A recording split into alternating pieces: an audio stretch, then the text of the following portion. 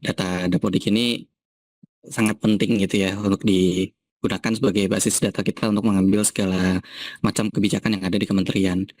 Nah, tapi kalau kita lihat kondisi data pada hari ini gitu ya, eh, masih terdapat beberapa sekolah yang terdeteksi datanya ini anomali ya Bapak Ibu. Nah, ini mungkin contoh ekstrim terhadap kenaikan maupun penurunan data sarana prasarana. Kalau ini kemarin kita coba potret di ruang kelas.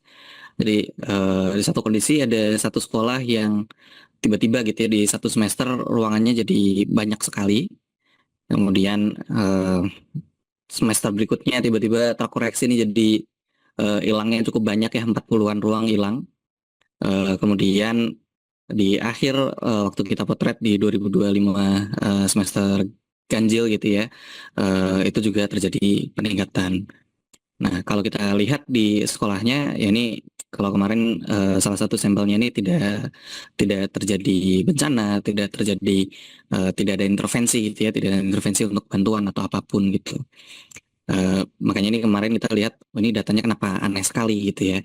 Nah, yang cukup ekstrim juga eh, ada satuan pendidikan juga yang dari bertahun-tahun itu datanya udah apa namanya sudah eh, konsisten gitu ya 59 ruang kelas tapi di akhir pencatatan di bulan Desember kemarin kita lihat itu ada penurunan yang sangat tajam gitu ya ada 51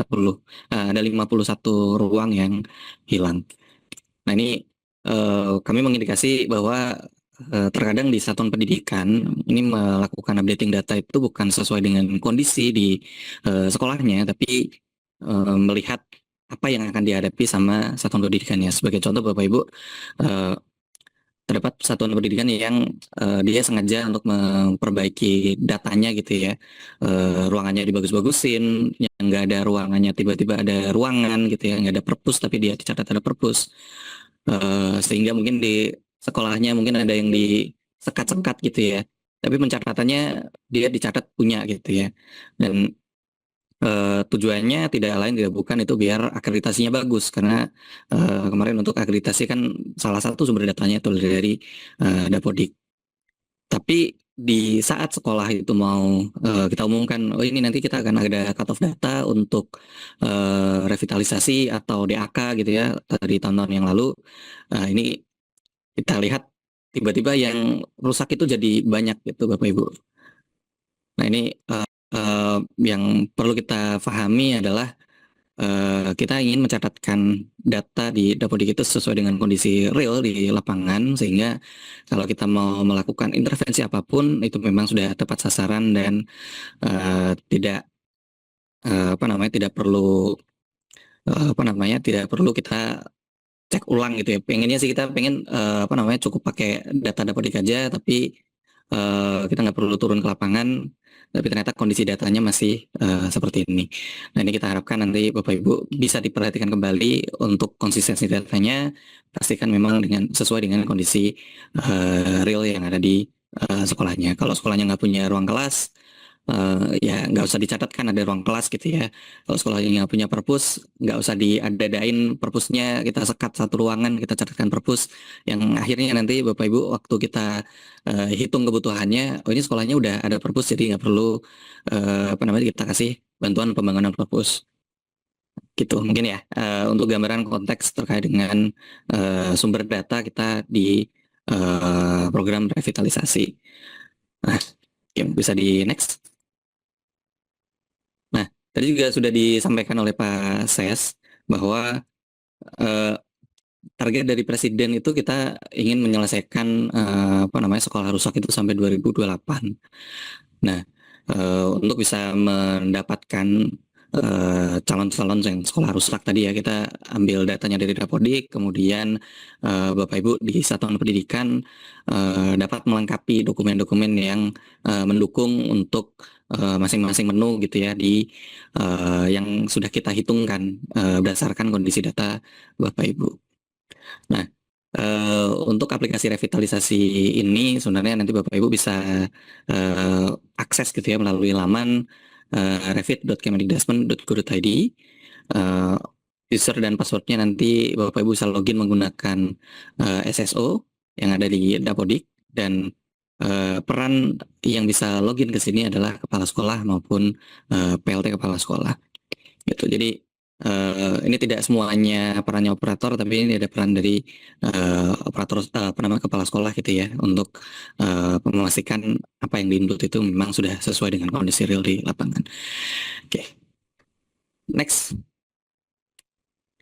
Nah, begitu nanti Bapak Ibu berhasil login gitu ya menggunakan akun kepala sekolah, akun PLT kepala sekolah yang ada di SS Dapodik. Nanti Bapak Ibu akan dibawa ke beranda di aplikasi ini, yang mana nanti akan menampilkan statistik dari sekolah Bapak Ibu. Jumlah siswanya berapa, jumlah rombelnya berapa, PTK-nya berapa, kemudian bangunan yang dicatatkan di Dapodiknya itu ada berapa gitu ya. Dan sebenarnya di bawah itu ada kondisi apa namanya, kondisi sarana prasarana dari Bapak Ibu di sekolah saat kita ambil datanya gitu ya. Kemudian tidak lupa juga ada profil dari yang login dan sekolah yang Bapak Ibu login tadi gitu ya. Kemudian bisa di next, Mas. Oke.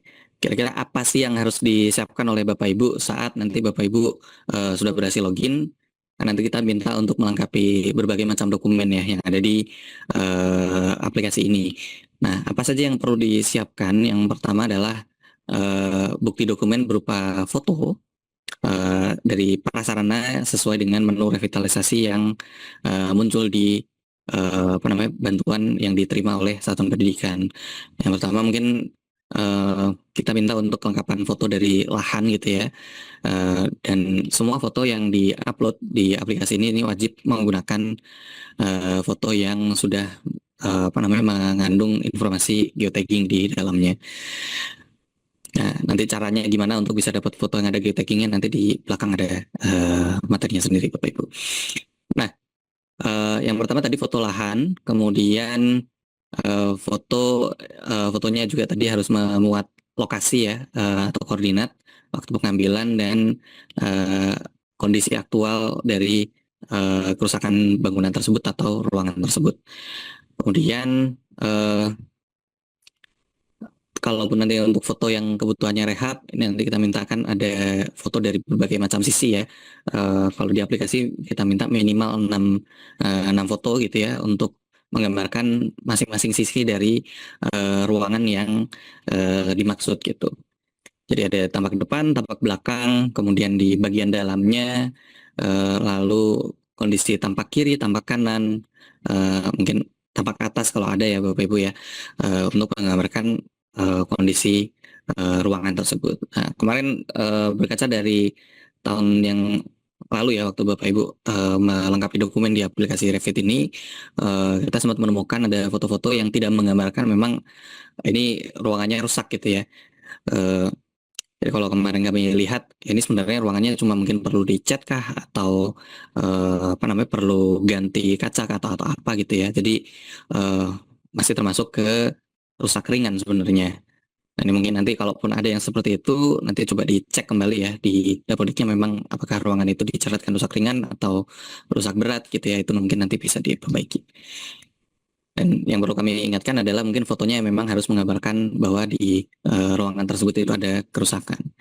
Kemudian melengkapi informasi terkait dengan tanah atau lahan yang bersumber dari Dapodik, memastikan status lahannya, apakah sertifikatnya milik, hak pakai, hak guna bangunan gitu yang sah gitu ya, ada bukti dokumennya, entah suratkah atau scan sertifikat atau apapun itu nanti bisa diuploadkan ke aplikasi ini.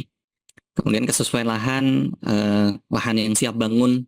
Jadi ini yang sering apa namanya, sering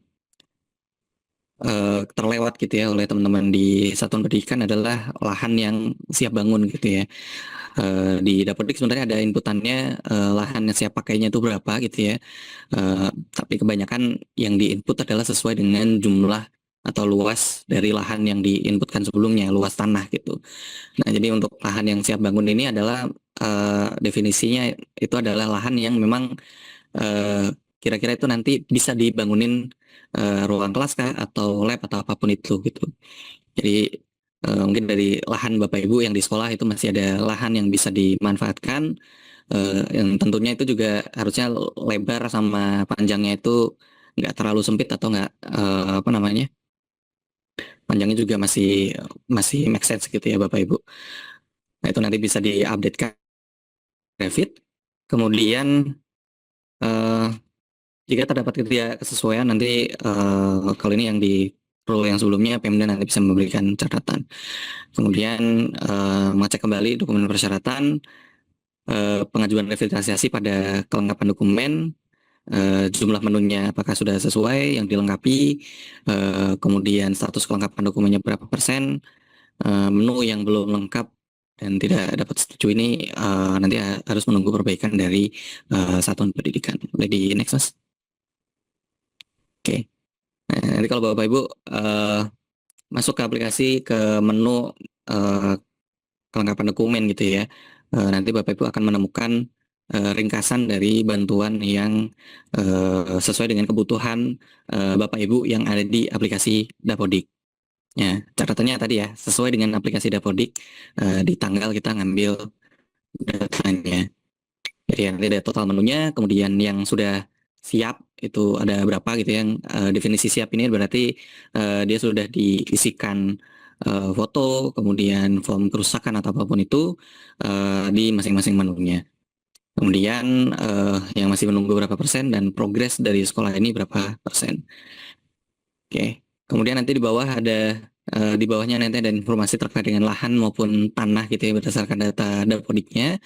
Nanti Bapak Ibu bisa melakukan editing gitu dari data tersebut di aplikasi ini yang nanti bisa diedit itu berupa status tanahnya, kemudian titik koordinatnya, lalu luasnya, kemudian nomor sertifikatnya dan nanti kita minta juga upload dari apa namanya sertifikat lahannya gitu ya.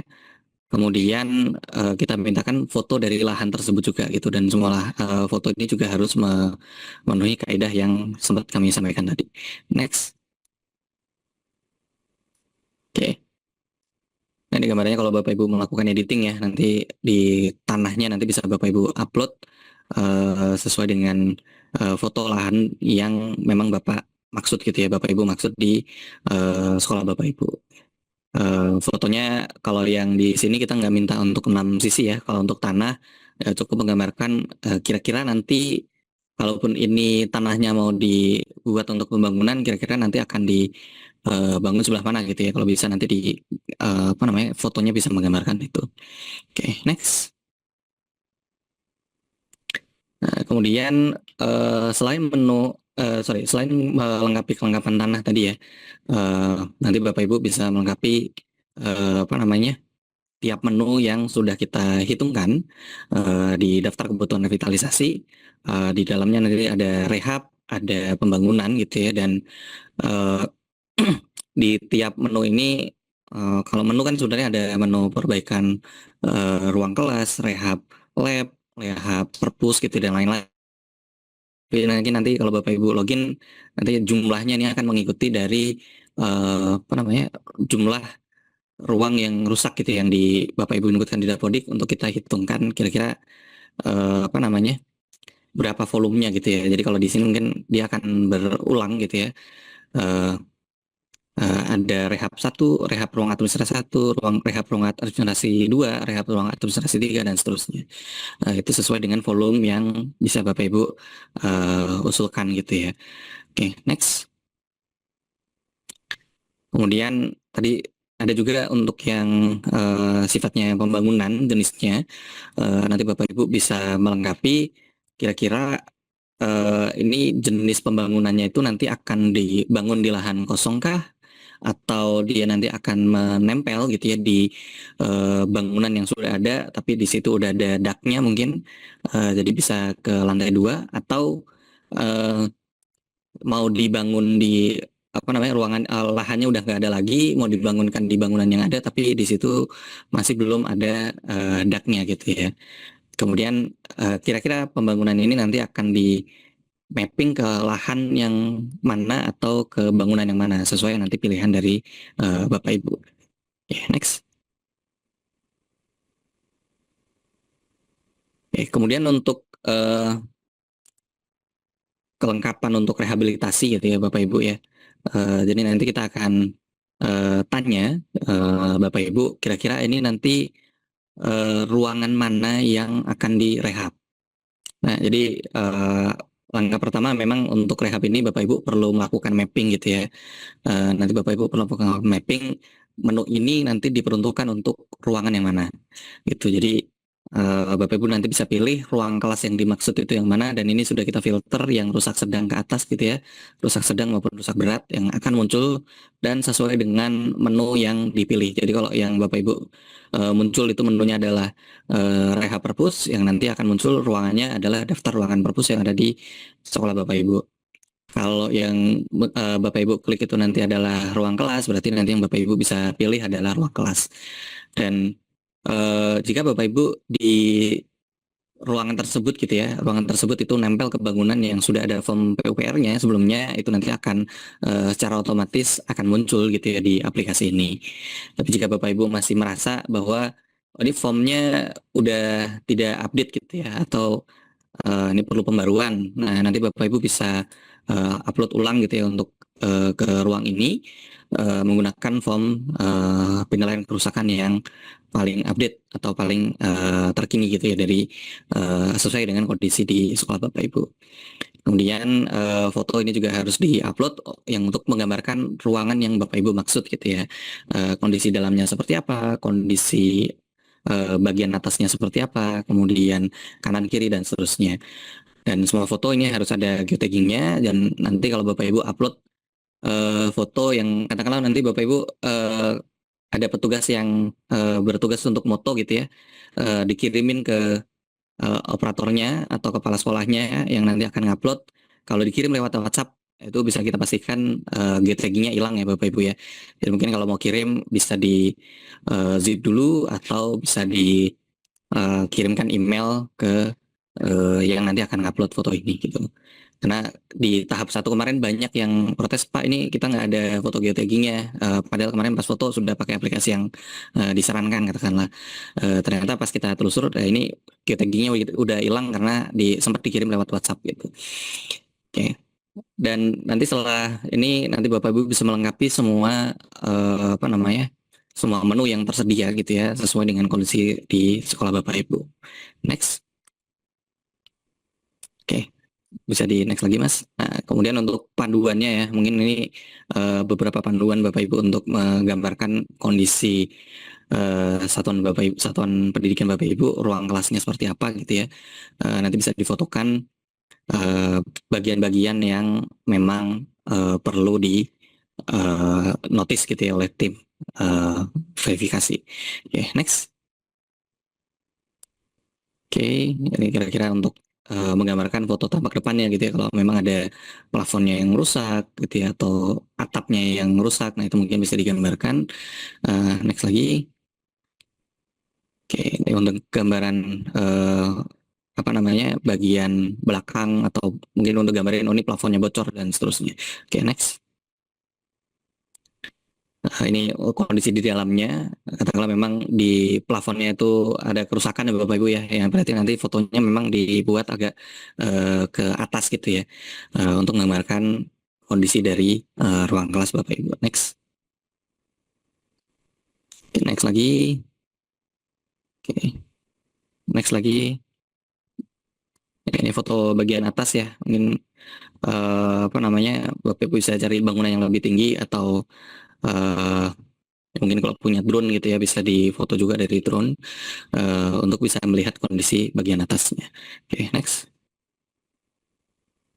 Nah, untuk panduan fotonya pastikan nanti Bapak Ibu sudah menggunakan handphone ya. Kita nggak harus pakai foto profesional, tapi pakai handphone maupun Bapak pakai Android atau pakai iPhone itu bisa. Pastikan kameranya ada ya Bapak Ibu ya. Kemudian fitur lokasi atau GPS-nya aktif.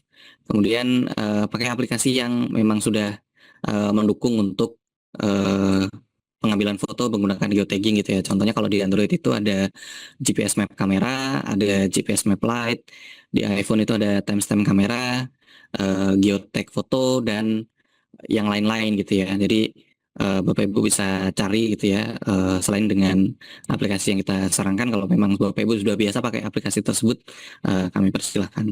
Dan memang untuk pengambilan foto ini tidak wajib ya ada koneksi internet, eh, tapi kalau untuk uploadnya nanti perlu koneksi internet ya Bapak Ibu.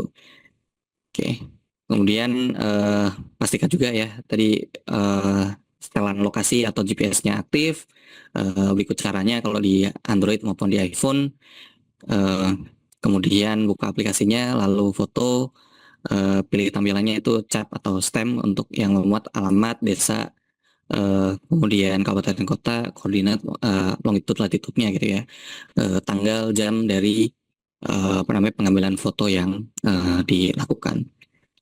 Nah, eh, jadi ini ada catatan gitu ya dari tim kemarin. Jadi jika titik lokasi belum akurat, ya ini mungkin Bapak Ibu perlu berdiri di ruangan tersebut gitu ya, sekitar 30 sampai 60 detik gitu ya untuk mengunci GPS-nya biar lokasinya itu bisa bergeser ke lokasi GPS Bapak Ibu.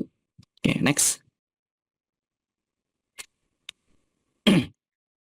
Untuk dokumentasinya kita harapkan apa namanya bisa di eh, ambil gitu ya sesuai dengan kondisi real di sekolah Bapak Ibu dan apa namanya pastikan gambarnya juga terlihat dengan jelas. Oke, next juga. Oke, next. Nah, kemudian panduan untuk penilaian kerusakan biasanya kalau kita kayak rekan-rekan dari PUPR gitu ya. eh, ini biasanya ada beberapa daerah yang menyampaikan, oh ini ada terkendala dengan waktu, tenaga di PUPR ini kurang gitu ya. Tapi sebenarnya di sekolah maupun dari Pemda gitu ya nanti bisa menggunakan form PUPR yang nggak harus bertanda tangan juga ya, tapi minimal ada tanda tangan dari surveyornya, kemudian dari dinas pendidikannya, apa namanya, atau dari yayasan yang menaungi dari sekolah tersebut. Oke, next. Oke, ini kondisi-kondisinya kalau ini yang di form PUPR yang ada di PUPR kemarin ya. Jadi sebenarnya formnya itu bisa dipakai apa namanya untuk menghitung gitu ya kerusakan dari bangunan maupun ruangan Bapak Ibu. Bisa di next lagi. Oke. Nah, untuk contohnya nanti Bapak Ibu bisa akses di paparan ini. eh, Nanti mungkin dari tim panitia akan menyampaikan paparannya untuk Bapak Ibu bisa unduh gitu ya. Next. Nah, langkah terakhir nanti Bapak Ibu setelah Bapak Ibu melengkapi dokumennya, melengkapi berkasnya gitu ya. Nanti langkah terakhir adalah Bapak Ibu perlu melakukan submit gitu ya untuk mengkonfirmasi ulang yang Bapak Ibu sudah isikan sebelumnya. Jadi pas Bapak Ibu klik submit nanti akan dikonfirmasi bahwa ini datanya sudah lengkap, sudah benar dan dapat dipertanggungjawabkan gitu ya. Dan ada ringkasannya juga kira-kira berapa pembangunannya, kemudian rehabnya berapa dan totalnya berapa dan Bapak Ibu perlu centang gitu ya konfirmasi bahwa Bapak Ibu memang sudah setuju dengan pernyataan yang di atas. Baru nanti Bapak Ibu bisa kirim untuk kita nanti bisa tindak lanjut ya, apa namanya kita lakukan eh, verifikasi ke lapangan kah atau apa namanya sekedar kita nanti cek dari dokumen yang Bapak Ibu input.